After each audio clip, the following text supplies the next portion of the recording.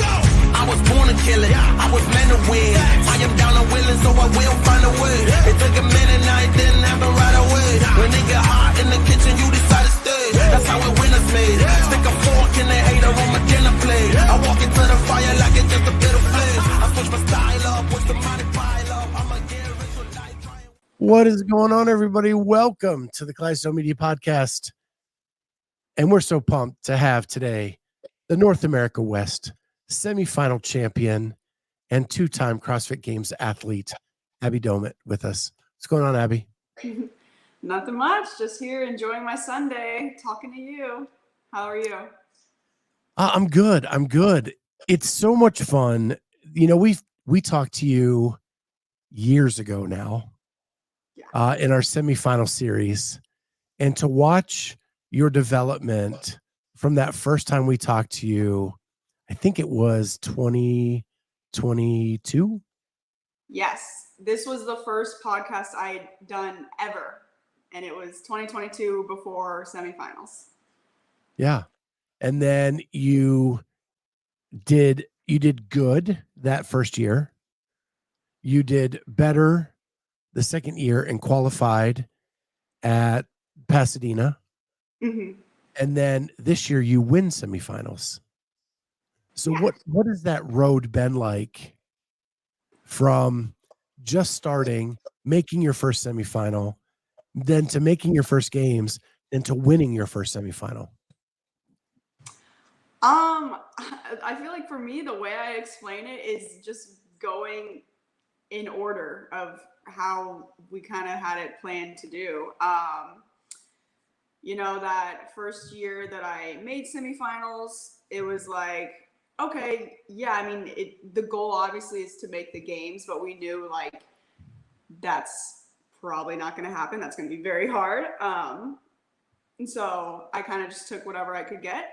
And then it was like, okay, well, next year I'm going to make the games. And that's what happened.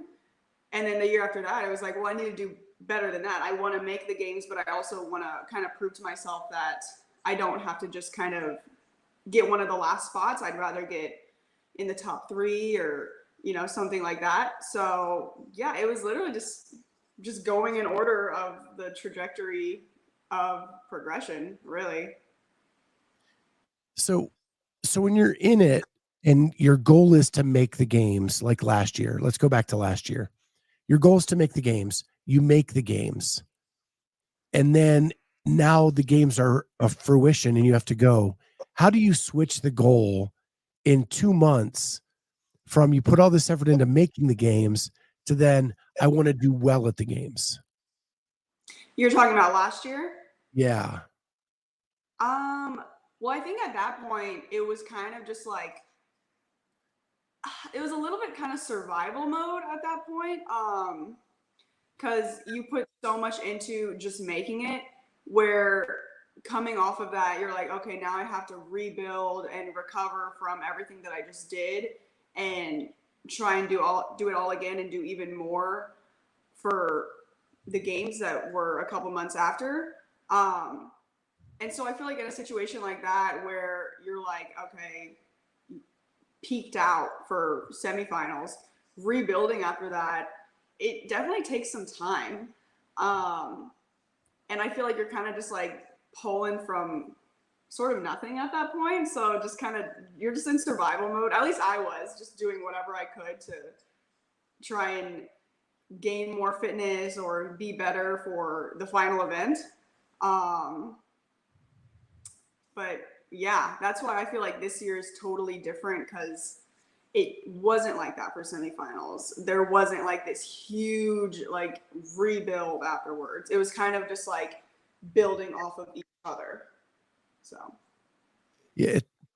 The reason I find it fascinating is I talked to Colton Mertens the first year he made the games right after he got cut. And he said that you work so hard to make the games, and semifinals are so different that you have to work on like X, Y, and Z. Then you make the games, and all of a sudden now you have to work on A, B, and C. Yeah. And you weren't able to do that because your main goal was just making it to the games. Right. And even like this year, how they released the workouts so early, it was kind of hard to be like, okay, we want to like work on these workouts that we're going to have to do at semifinals, but it's so early.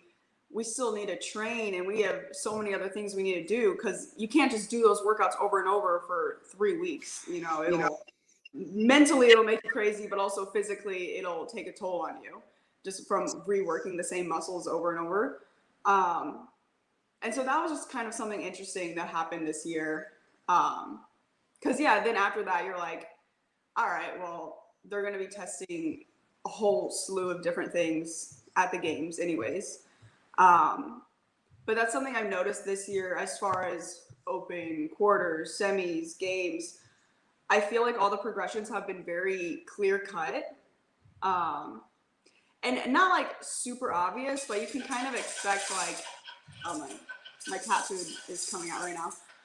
You can kind of expect like what's coming in a way, like not exactly because there's going to be surprises here and there, but I feel like at least for the open, quarters, and semis, you could kind of expect the movements that were like, okay, this is the next step. This is the next step. This is what comes after. And so that's why I'm really interested to see how they do the games this year, just because it feels like it's been different from any other year as far as programming, as far as how clear the progressions have been, you know? Yeah, and you have a new venue, a new location. They say it's primarily going to be done indoors, which is very different from past games. Right. But it was just announced they're going to do a Friday Night Lights on a football field. Yes, I'm so excited for that. I think it's so cool. That was something because I loved the outdoor events and I love competing outside. That was something like at semis this year. I was like, man, it's so cool that we're the only people who actually get to be outside the whole time. But yeah, as soon as they announced the Friday Night Lights thing, I was like, oh, let's go. That's awesome. And it's cool that it is at night versus I think we're all kind of thinking there's going to be one outdoor event, if any, and it'll be early in the morning and then that's it. Everything else will be inside the arena. And so it's cool that it's like, okay, we get an event. It's at night. It's outdoors. It's on the field. I think that's really cool. Well, and you live there in Texas, so that's kind of a home field advantage for you. Oh, yeah. I mean, because I'm in San Antonio. It's like 4.5, 5-ish hours south of Fort Worth and Dallas. So, yeah, we're just going to drive up there and bring all our stuff, and we're close by. I've been telling everybody, I'm like, guys, like, it's probably never going to be here ever again, so take advantage, and if you live nearby, just get your ticket and go. Well, especially for those outdoor events, you're used to the heat. So like, it's like you and Ariel and those people who live in Texas, like you get to train in that weather year round.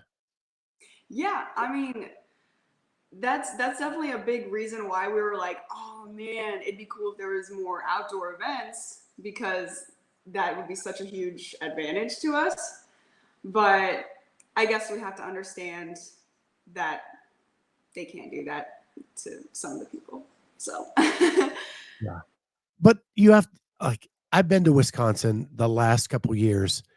It has not been cool in Wisconsin in August. I mean, it's summer, but like whenever we arrived there, because I mean, so I'm from the Midwest, but I hadn't been there in several years or however long. Whenever we went back and we were in Madison last year, I was like, man, I miss this amazing weather, and like just the grass is so lush, and like just at night it's like chilly, you can wear a jacket, and I was like, this is amazing. Versus like here, it's definitely a bit warmer, but that's actually something that we were talking about right before we got on about the rain. And I was like, man, like, yes, I mean, it's summer here. It feels like summer. It is hot, but it is nothing compared to last year. Like last year was unbearable as far as the temperature. Yeah. Yeah. And we're getting it in the Midwest this year where it's been 95 the last week and a half and no rain. Yeah. It's almost like the United States is flipped upside down. That's crazy because, like, even I don't know, it's just so weird because like this far into this late spring, early summer, it never rains, and there's been a couple times where it's rained, and like I feel like last year from April to September, it was over 100, like every day, like every single day. And then this year, like it started feeling like that a little bit in April. Like we had some days that were really hot or just like really humid. And I was like, oh man, like this can't be happening already. Like it's too soon for this. Like I'm not ready for this yet. And then all of a sudden, like we had a few days where it was like 101 and then it just kind of dropped. And lately, I mean, it's in the 90s, but I was expecting like 106 to 109 every single day. And it hasn't been like that. So I'm very thankful. Yeah. So let's rewind a bit. You go into West Coast this year and you said it was different. Like because of what you've established, did you feel less pressure about making the games? Yes, because that was the thing. Whenever I went to semis, like there was like no doubt that I would make the games. Like there was no doubt I'd be in the top 8, you know? Because that's the thing. That's like the goal of semis, right? Is like that's your ticket to the games. That's how you get there. But I wasn't even thinking like, oh, I hope I make it again. Like I was like, oh no, I'm making it again, of course. The goal was like I wanted to be podium at least. I was like for sure in the top 3. And then as the weekend kind of went on, then the goal kind of changed a little bit, and I was like, ooh, maybe I could win this thing. Was there pressure on you winning, or just it was a possibility? No pressure. I mean, I have goals for myself and I put pressure on myself, but there was nobody like putting pressure on me. It was definitely when I realized it was a possibility, I feel like before the final, I was like, okay, well, I'm for sure gonna get second. I'm not gonna do any worse than that. But I knew that if the weekend ended and if I ended up in second, I would have been a little bit like, like I would have felt like I left something on the table. You're very competitive. It's very obvious when I look at your Instagram and when I've talked to you over the last couple of years, you love to compete.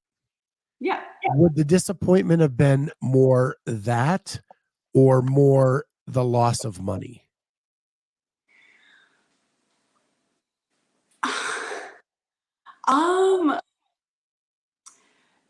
That maybe because I feel like I don't know what second place gets. But it's like if it's something that's like a very small. I think it's $7,000. Oh, okay. So the difference of like $3,000. Yeah. That would have been annoying, I think. Like been like, oh, if I would have just done this different, then I could have like made a little bit more money. I think that definitely would affect. But no, I knew I could win it, you know? Like, why not? Yeah. Well, and I'm not trying to put a financial thing on this, but you guys get very small there's only a few opportunities for you to make money to support yourself for the year. Most of it is done through sponsorships, and you get very little prize money throughout the year. Yeah, I mean, competitions is definitely not where you're going to be making the bulk of your money. It's definitely going to be through your sponsors. But yeah, I feel like for something like semifinals, it's definitely kind of, or even just competitions, it's really more about the win than the money. Because it's not like we're getting 100K to win semifinals, you know? And like 10K is like, I feel like that makes it seem smaller than what it is. Yeah, but 10K is still a nice chunk for a weekend of work. It's a nice check for a weekend of work, but I feel like for how much work that we put into it and how big it is, I do think like it kind of makes it seem like less. So I wasn't going to go here, but I'm going to go here now. I was talking to Alex Kazan a week ago, and And we were talking about the difference between sponsorship money and prize money, and that now there are these new things popping up on the internet, like Kill Taylor, like Reps Ahead, like these different ways to make money as a CrossFitter and get exposure. Yeah. And then there was this Taylor versus World where Taylor took on Jason Hopper, Dallin Pepper, and Colton Mertens in quarterfinals. They broadcast it live, and they all won prize money. Yeah. And I asked her, would you rather earn money through competing, like doing quarterfinals live, or would you rather get the sponsorship deals where you have to be on Instagram all the time and posting your stuff?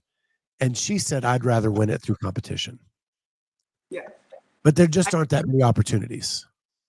I definitely agree with that. I feel like, I don't know, having to do all, like, be on Instagram all the time and social media, like, that just, it becomes very tedious, and it's work. It's just a work that you have to do. If you could just go and just compete and make money through that, I would definitely prefer that. I do love my sponsors, and I think it's awesome that we get to do that. But yeah, I think I would choose just competing and making money through that. But I don't know. If you were given the opportunity to do, say, quarterfinals live and a chance to earn prize money, would you be game for that? I think that'd be pretty cool, especially now because I'm a lot more confident during that stage of the season. So I'd be willing to do that. Whereas like a couple years ago, I would have been like too nervous of like, oh, okay, are my scores gonna be good enough? Am I for sure in? But now I'm like, okay. It's funny because Carolyn Prevost, my co-host on Sunday night, and she said that she feels that women hold their scores closer to the vest than the men do. Like the men talk smack and they trash talk all the time, but the women are very secretive about their scores and where they are on the leaderboard. And that she believes that less women would be inclined to do the live quarterfinal. I do think that like it would have to be athletes who are like very confident that they're for sure making it. I do think that would matter as far as the women. But it's funny you bring that up because I've heard that, and I've heard that through like qualifiers for just like random off-season comps all the time. Like my guy friends versus my girlfriends are like, yeah, like the women, they never want to say their scores, or unless they're like saying it to a guy that they're not competing against or something like that. And I was like, huh, that's interesting. But yeah, I definitely feel like whoever you choose, it would have to be just people who are like, okay, I'm for sure in, or for sure going to be in the final heat or something like that. But yeah. Well, everybody I've talked to were like, I'd be game for it. But those people are all like people that like Emily Rolfe and Ariel and Alex, and they're all like, yeah, they're like, oh, we're in. Like, yeah, especially at the quarterfinal level. Like you guys all know you're making semis. Yeah, for sure. So I think it's going to be interesting to see where we go over the next couple of years, because I think the more media outlets there are, the more opportunities like that are going to be out there because of the success of what people saw with Taylor versus World. Yeah, I think so. I think what those guys have been doing, I think it's great for the sport. I think it's super entertaining, and I mean it's also entertaining for people who might not be involved in CrossFit at all. You know, they're like, oh, okay, they're just throwing down and they're working out and there's money on the table and you show up and do it. I think it's great. We'll definitely see more of that stuff pop up here and there. When I think it's a lot easier to explain to your friends what CrossFit the sport is by showing them this one event than to say, hey, you got to sit through this weekend of 4 events or 4 days of 15 events. And at the end, you'll kind of see who wins. Right. Like it's much quicker and easier to show than like the CrossFit Games. Yeah, I think so too. Yeah, even like the amount of times people ask me, they're like, "Oh wait, so it's different events every time, right? Like it's different events." Like they still like don't get that. Like, yes, it's different events every time, but I do think showing them something like that would definitely help be like, "Oh, yeah, you do a workout and whoever wins, okay, you have a better score." And then Yeah. multiply that by however many, and then okay, that's the CrossFit Games. Like, all right. Yeah. Yeah. I think, and it shows the beauty of it, right? Like there's this big competition between High Rocks and what we do. And like, yeah, they do the same thing every time, but Yeah. that can get boring over time if you're not into that, right? Yeah. CrossFit, it changes all the time, and that's why it's more well-rounded. Yeah, I mean that's when I look at something like High Rocks, to me that's just the same as like signing up for a half marathon or a 5K or I mean, obviously you're doing more than just running, but that's I see that as like kind of the same thing. You're signing up for a race, or a better comparison would be the I don't know what they're called, where you're running through Spartan, mud and climbing walls and you know like stuff like that. yeah, Spartan Race, which they Spartan. had their heyday for a year or two too, and then kind of fell off. I think that's where High Rocks is headed as well, but I could be wrong. Yeah. I mean, to me, that stuff, it sounds fun to go do, like, go do it one time or whatever. But I couldn't see myself doing it, like, all the time or, like, as my lifestyle necessarily. Yeah. So it's funny. I was watching behind the scenes West Coast today. The new episode dropped like overnight, I think. And you're in there, and you say to Savon that this is the chillest you've ever seen. You've ever seen a semifinal be. It Yeah. wasn't just you; it was like the whole thing. And Yeah. that was on Saturday. Did that stay that way the whole way through the weekend? I definitely felt like that on the first couple days. And I don't know if it was just because we were outside and we were like working out. We have the sunshine, like it's great weather, where there's like grass and trees. Um, it changed a little bit on day 3 because that's kind of where you could see there was more tension in the air. Like people were starting to, it was settling in whether they were not going to make it or they're on the line. But it was still very pretty like a relaxed environment, at least for myself. And part of me thinks like I do think it was the environment, but I also think that I was just much more relaxed. I used to get so much more nervous when I competed, especially before the first events. But now I'm just so much more in tune. It's almost like a meditation for me. So yeah, I feel like I can actually be like calm and relaxed and just do my thing. But I really felt those vibes from everybody, at least for the first couple days, and a little bit on the third day. It's funny because seeing you at the semis, I've always felt you to be chill. Yeah. Like you even you might be teared up inside or tore Right. up inside, right? But outside or externally, you always look chill. Yeah. I mean, I do think like you kind of want to present yourself that way. Um, like there's sometimes like even like years ago, I would like tell myself, I'd be like, okay, I'm just going to admit it to myself that I'm nervous. I'll say it one time and then I'm going to let it go. And that was something that I would have to do with myself, be like, it's building up, it's building up. And I'd be like, okay, if I'm just gonna like admit it, look in the mirror, be like, yes, you're very nervous right now. Let it go. And then it would help me tremendously. Now I don't have to do that so much. It's more like, okay, before the competition starts, if I feel, I'll start getting that like subconscious like build of like, I feel my stomach is like rising to my throat. And I'll just like close my eyes for a second and just like take a couple just big deep breaths and then be like, all right, let's go. And then I'm like good from there on out. Do you make a concerted effort not to have too many highs as well?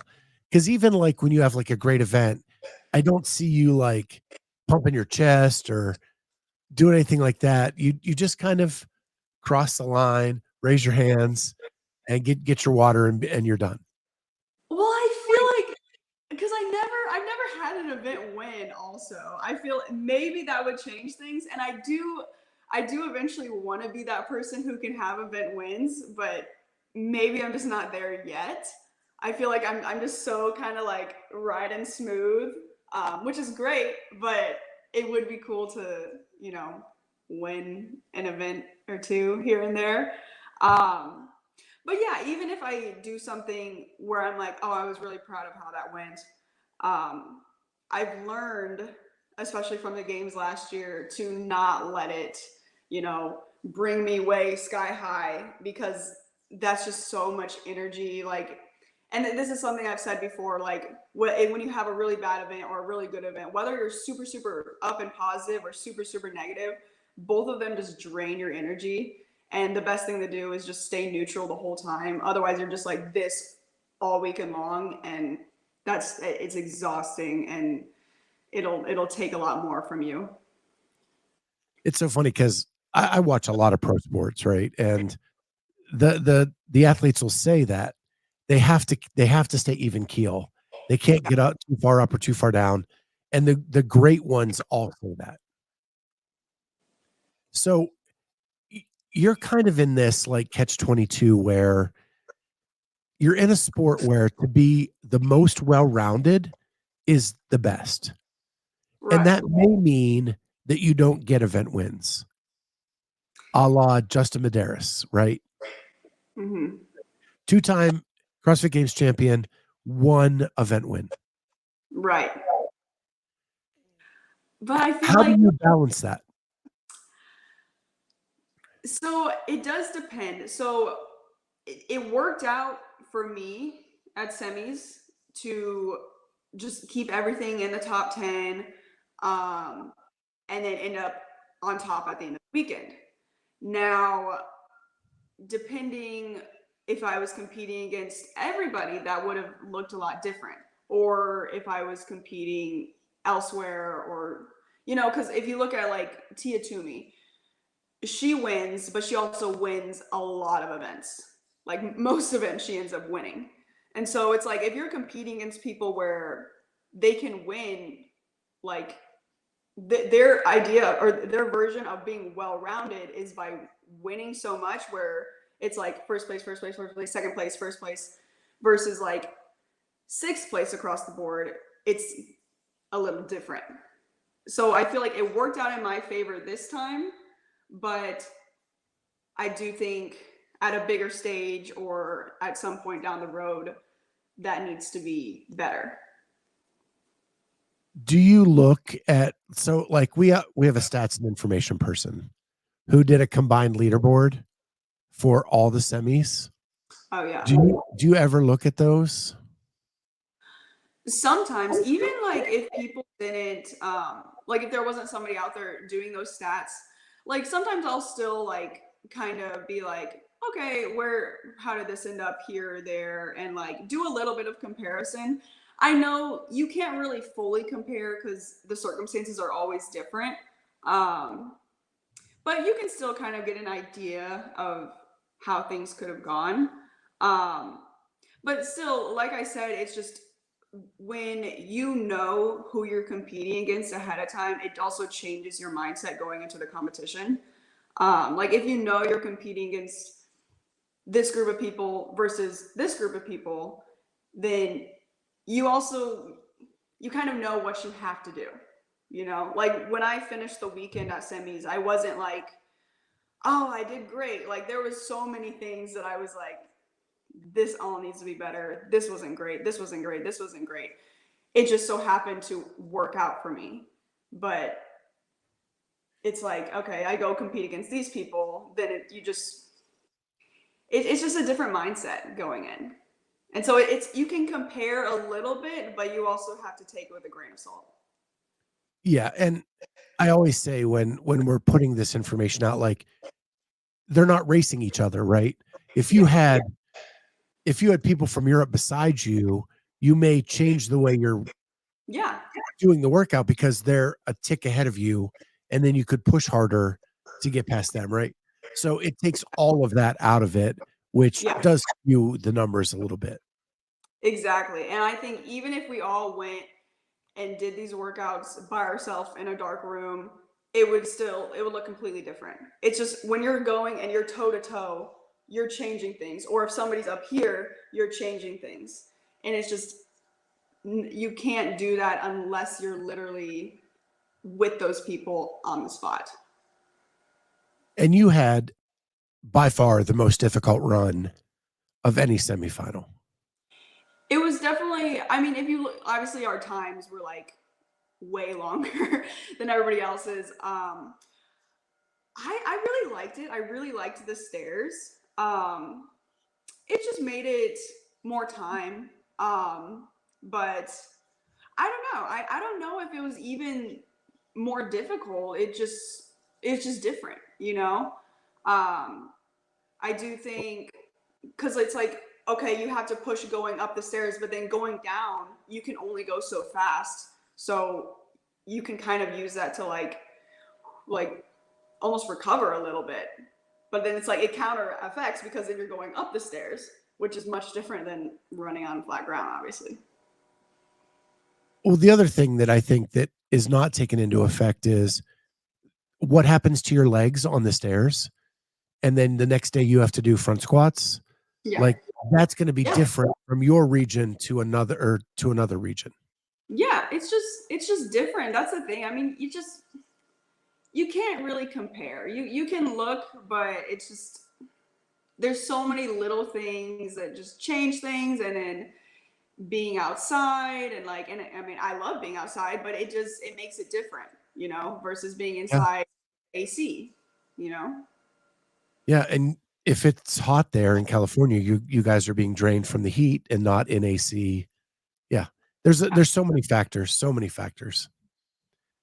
So I take it you don't look at that and it doesn't matter to what anything you're doing. I do, but I also I know the other factors. Like I'll check it out and be like, okay, but then I'm also gonna be like, you know, it's not perfect.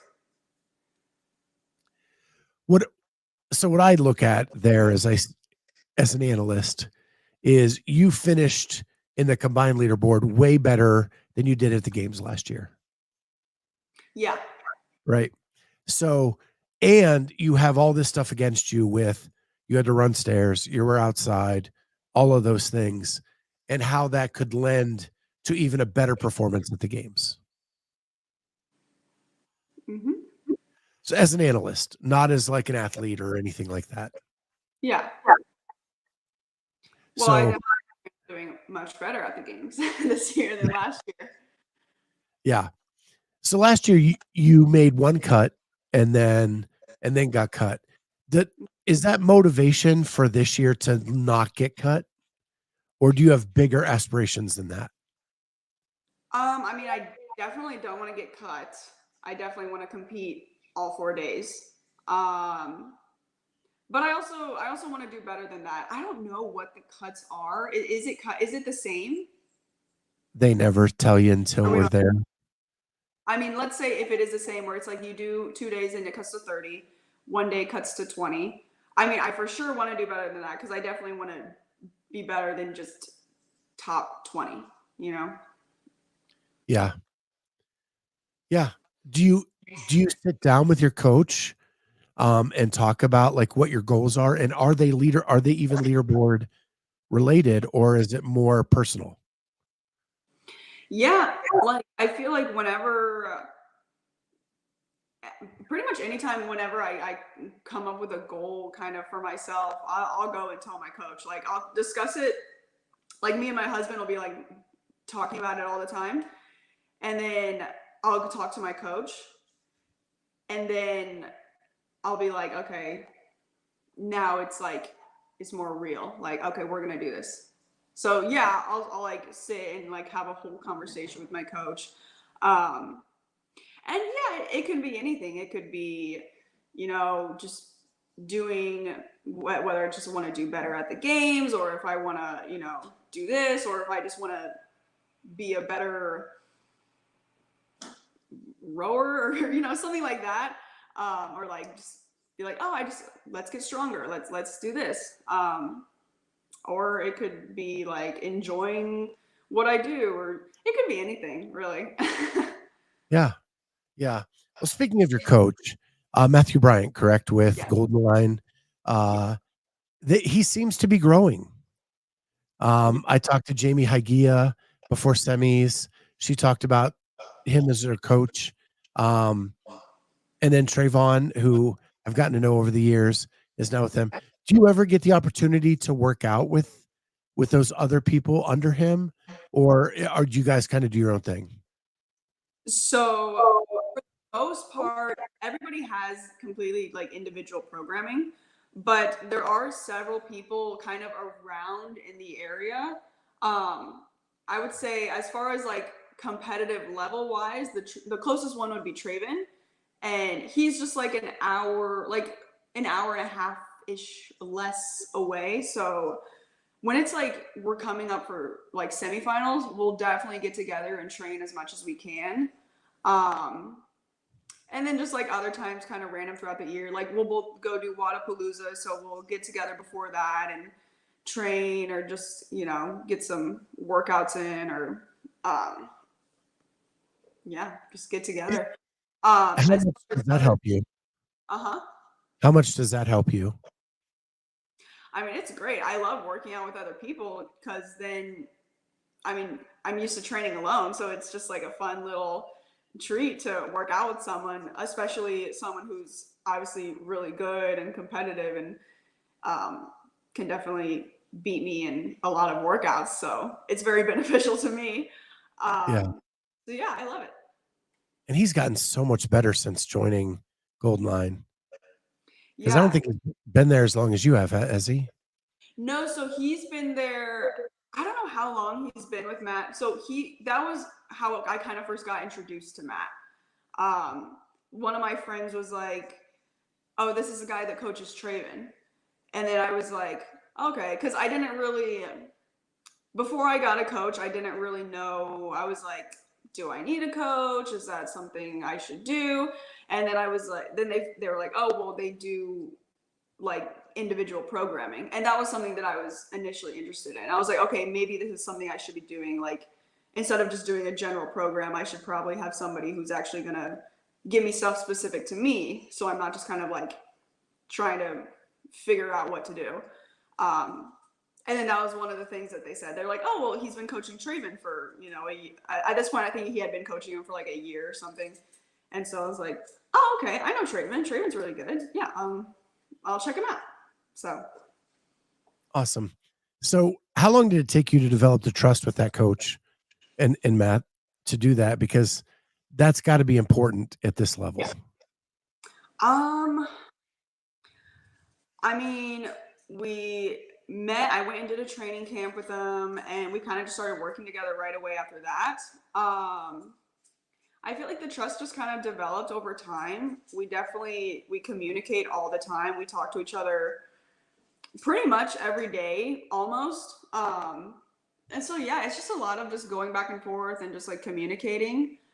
Um and I feel like when I first met him, I kind of told him, I was like, hey, because this was in November of 2022, so it was before the season started for 2023 last year.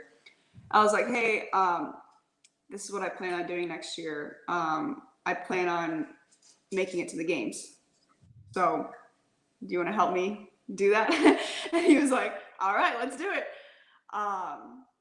But yeah, I don't know. I mean, we're at this point now where there's just like a ton of trust, and we have a really great relationship, and yeah, he's the best. So he liked that confidence. Yeah, I mean, I guess, because I told him, I was like, I don't know, because I feel like as a coach, you probably deal with a lot of people who are like, they say they want to do something, but they don't like really want to do it, you know? And then I was like, well, this is what I'm doing. It's not even if I want to or not, like, this is what I'm doing. So otherwise, I'd just be wasting my time. All right, we're going to finish up with some fun stuff. And so in researching you, I looked through your Instagram. I noticed you have like a really killer garage gym now. Yeah, that was new this year, or we did that after a couple months after the games last year. We started putting that together. Can And you do pretty much everything in there? no, so I work out in there a lot. Maybe the majority, maybe half. And then I go to the gym a lot. I have a gym that's pretty close by, and then there's also some gyms in the area if I need to go there. Just kind of have a lot of options, but I definitely do a lot of the work in my garage, and it's been so helpful as far as being efficient, as far as okay, I can, if I have to do something where I'm just going to wake up and go, I can do that. Or if I need to come in and eat something real quick, or if I need to, get like, there's just, it's never because I remember last year I would go to a gym that wasn't really close to me, and I would have to just like pack up all my stuff, and then I would be there just like all day, and I'd have to like bring my lunch and like do all this stuff. And like now it's like, okay, I'm either at home or I can run to the gym that's close by and then run home really quick. And it's just so much more convenient. And I feel like I can get a lot more work done that way and just be more productive. I noticed it looks like in recent months, like all your name placards have been hung and all of that stuff on the one wall to make it your garage gym. Was that a concerted effort or? Yeah, I was like, I didn't really care that much, but it was more Anton, my husband. He's like, yeah, we gotta hang up all your posters and everything.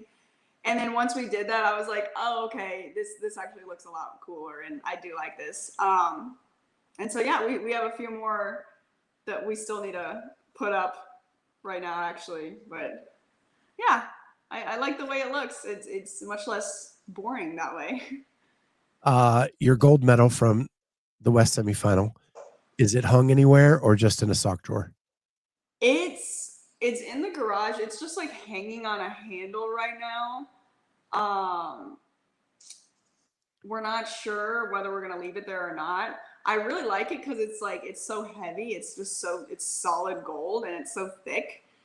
I was like, this is a nice medal, but we'll have to find a good spot for it because it's just like hanging next to like another medal from another comp just there.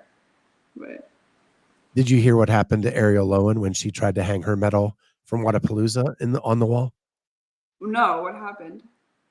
Dylan was hanging it for her and hit one of the main water lines with the nail, and it started spraying all through the gym. Oh my gosh! I remember that. I remember seeing something about that, but I couldn't remember what it was. Oh my gosh, that's Yeah. wow. So if you ever permanently hang it, just make sure not to hit Yeah, a water line. I we will avoid that for sure. I think she hasn't hung her bronze medal from the games because of that. They're afraid they're going to hit something else. Maybe just put just like a hooks and yeah. I don't know. Yeah. Don't want to break the water line again. Yeah. It's cool. It's cool because people that do the garage thing, like I'm close with Emily Rolfe, and they built a shelf for every event win she has at the games. So those like little plaques that you get, Yeah. that she has a little shelf that has those across it. That's so cool. See, that's And it's why in her gym. event wins. I need to win an event. There you go. We'll see. If you were going to win an event right now with your skill set, what would it have to be? I don't know. It'd have to be like the perfect combination of like, I don't know, like long, grindy movements that like slow you down. I don't even know. Like, just something ugly, I feel like. Is it hard to think about winning an event with Tia back? No, No? I think I I don't know. love that answer. She's such a beast, but she is human, and I don't know. I think I mean, as far as myself, because like I said, I don't know if I'm there yet where I'm just like event winner here, there, everywhere. I hope to be one day, but I mean, I know plenty of other people who can definitely get their event wins. So if that means anything. Yeah. I mean, she dominated the East, but she did not set like the records in every event. Right.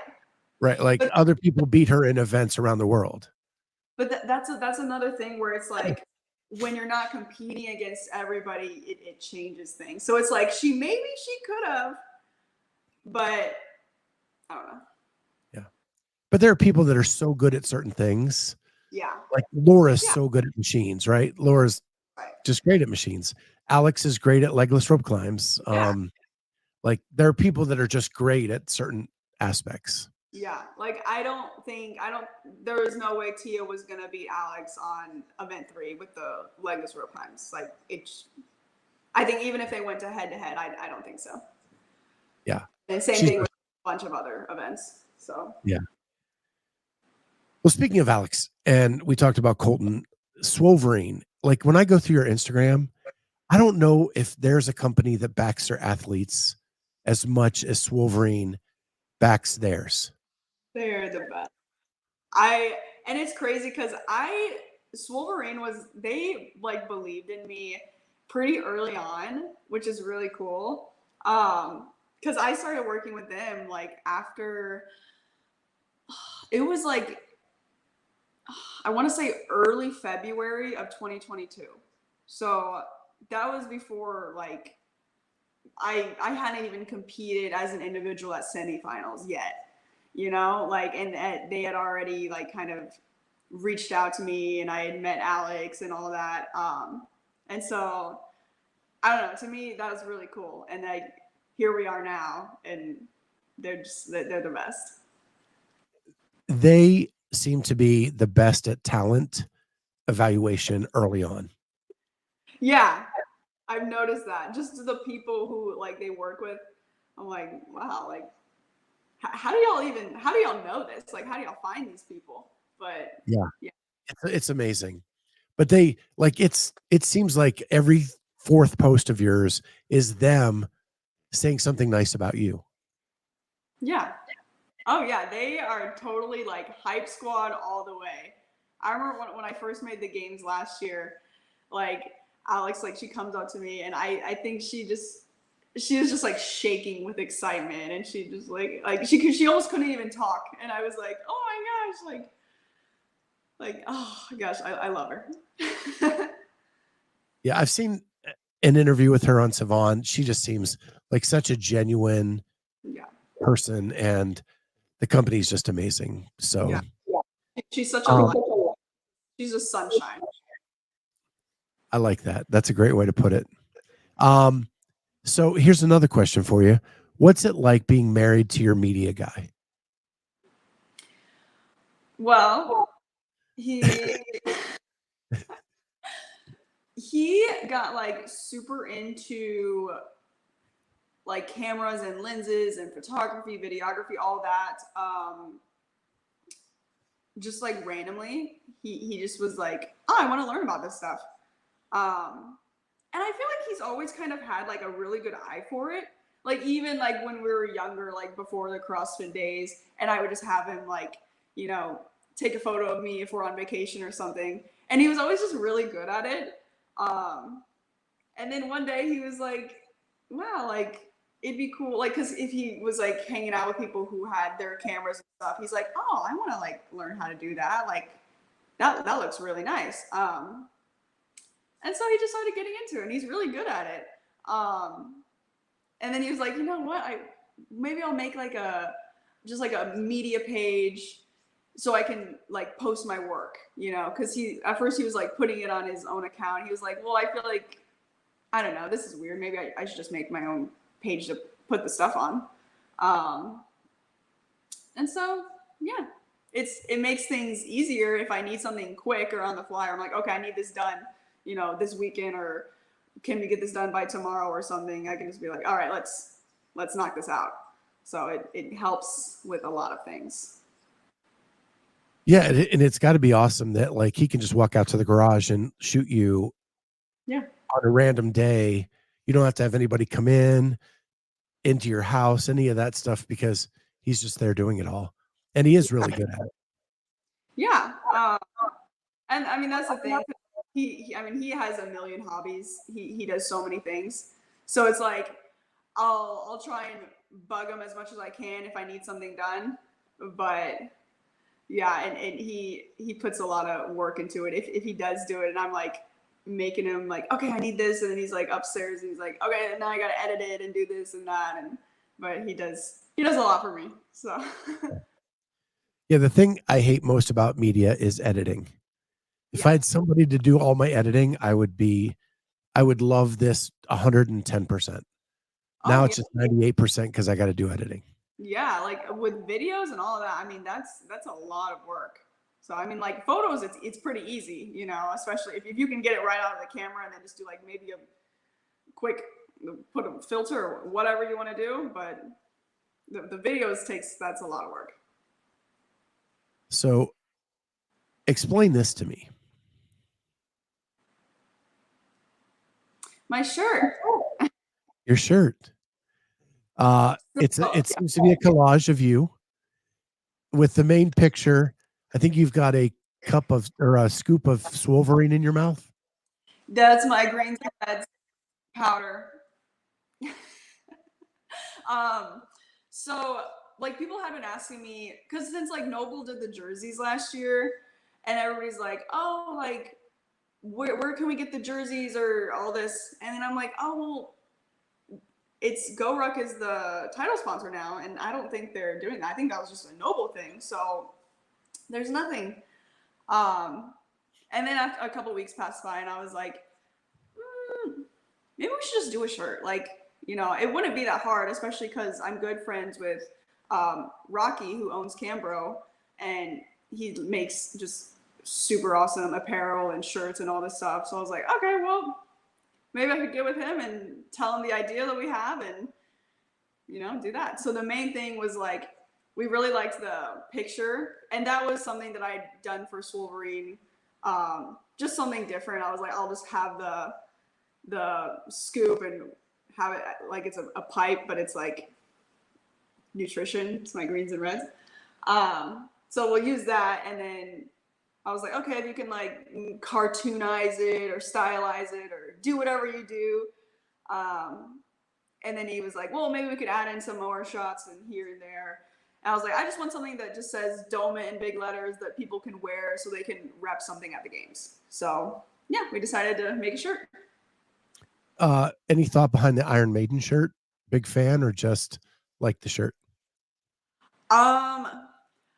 I like Iron Maiden. I just like rock in general. And he gave me that shirt, and I was like, this is just an awesome shirt, and I love it. And that's also kind of how I wanted my shirt to be because I like the fit.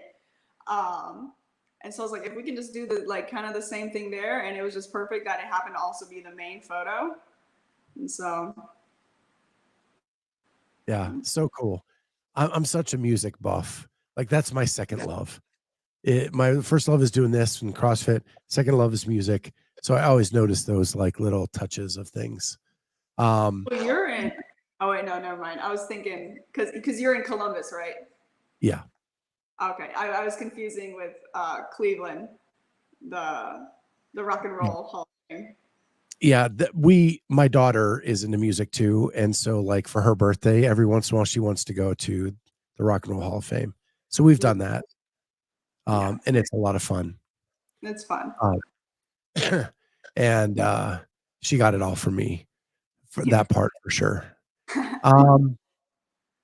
So yeah, so that's all I really had for you today. I'm just super excited for you. It was fun watching you out there be the picture of consistency. Yes, love it. And now you're going for, because in this day and age, like when you get to the games, 100 points means a lot. Yes. So like event wins are super important. Yes, that was something I saw actually. Because I mean, I didn't even know this. I mean, well, I know how a lot of times when the further it goes down, you get even less points. Like instead of doing 3 each, you'll only get 2 each. But even when I was looking at people, if you got last place on an event, at least at semis, you got 0 points. I was like, man, that would really suck to not get any. Like, what a difference. But I would be remiss in not asking about the barbell incident, because we've all done it. We've all done it. Yeah. I've chipped teeth. I've done all those things. You took a barbell to the head. yes. What exactly happened? So we were lifting. We had done clean and jerks, and then we were going to snatch. So I was really pumped because I hit a PR on my clean and jerk, so I was feeling really just like jazzed up, and I'm like, yeah, I feel strong and powerful. And I was like, let's snatch, let's hit a PR on the snatch. And there was this cue that someone had given me literally like a couple days before about when the bar passes to snap your chin down for that stability to, I don't know if it's something about loosening the traps, but it's like more of just like a stable position with your chin down. And I was like, okay, I'm gonna try that. And I was just literally warming up with the barbell, and I snapped the chin down, definitely too early. And I basically just pulled it as hard as I possibly could because I was feeling good. I was like, oh, and next thing I know, it's just like blackness, and I'm on the floor, and all this liquid is coming out, and I'm just like, why is my nose bleeding? And why are my eyes closed? But then I realized that my nose was not bleeding. And it just took me a few minutes to understand kind of what was happening. We walked away, and because my hand was holding my head, but I didn't register why I was doing that. And then eventually I started asking the question. I'm like, can I move my hand? And they're like, let's try it. And then I move it, but it's just continuing to just squirt out all the blood. And so I'm like, oh. But I was just so annoyed. I was like, man, like I really wanted to snatch. But my coach and I kind of decided that it was a good thing because it slowed me down. It forced me to take a little bit of a step back when it was necessary. And you said it was an empty barbell? Yeah. I mean, that's the thing. That's what people would ask about, like, oh, how much weight was it? I'm like, guys, if there was weight on the bar, it would have moved slower. I wouldn't have pulled it as hard. Or I would have pulled it as hard, but it would have, like, when it's empty, you can pull it so much harder and faster versus, like, the bar's going to move so much slower when there's a bunch of weight on it. Yeah, every time I've hit myself, it's been with an empty barbell. Yeah. And every time. Yeah. The only exception is I went overhead once, my shoulder gave out, and it came down on me. Yeah. I've thought about that happening, and I'm like, I need to stop thinking about that. I don't want that to happen. Yeah. It actually, that was more of like a glancing blow. It didn't hurt as much as the power like up through. Yeah. Yeah. It because that's the thing, like going up, that's why it like turned into, it was just like a flap. I think that's why it was so hard for it to stop. The bleeding for so many hours was just, I don't know, just like the way, like the U shape was like, I don't know. Well, here's a hint. If you're a male and you shave your face and you cut your face, it just will not stop bleeding. Yeah. There's something about like the blood vessels in your face are so close to the surface, like it's hard to get it to stop. Yeah, like your head is just so vascular. That's what everybody was saying. They're like, the head just bleeds. It just bleeds and bleeds. And I was like, okay. But it's interesting because I'd hit myself in this exact same spot before when I was like 12, and it was the exact same thing. I didn't cut this, like the skin didn't cut or anything, but I had got a concussion in the exact same spot that I got a concussion a few months ago. But it was just like, that time it was like concussed, and then my nose was like huge because I had broken my nose and it was just like bright yellow. But this time it was like concussion and then stitch. But it was like the same thing. Well, honestly, last question. Once you podium at the games, where are you going to go to like relax after the games? Because I know you're an outdoors girl, that you've got to get out and do something. Yeah, definitely gotta get out and do something. I'm just kind of like whatever. I don't even care to like plan anything. I just want to like go completely just like rogue, no plan, no cares, no routines, just like I don't know, get in the car and just like drive somewhere and don't come back for a while. There's certain things that we do have planned, like there's like this a couple camping trips and stuff coming up. But yeah, I just want get out of town and not care. Is there any plan to go to Scotland for the Rogue Invitational?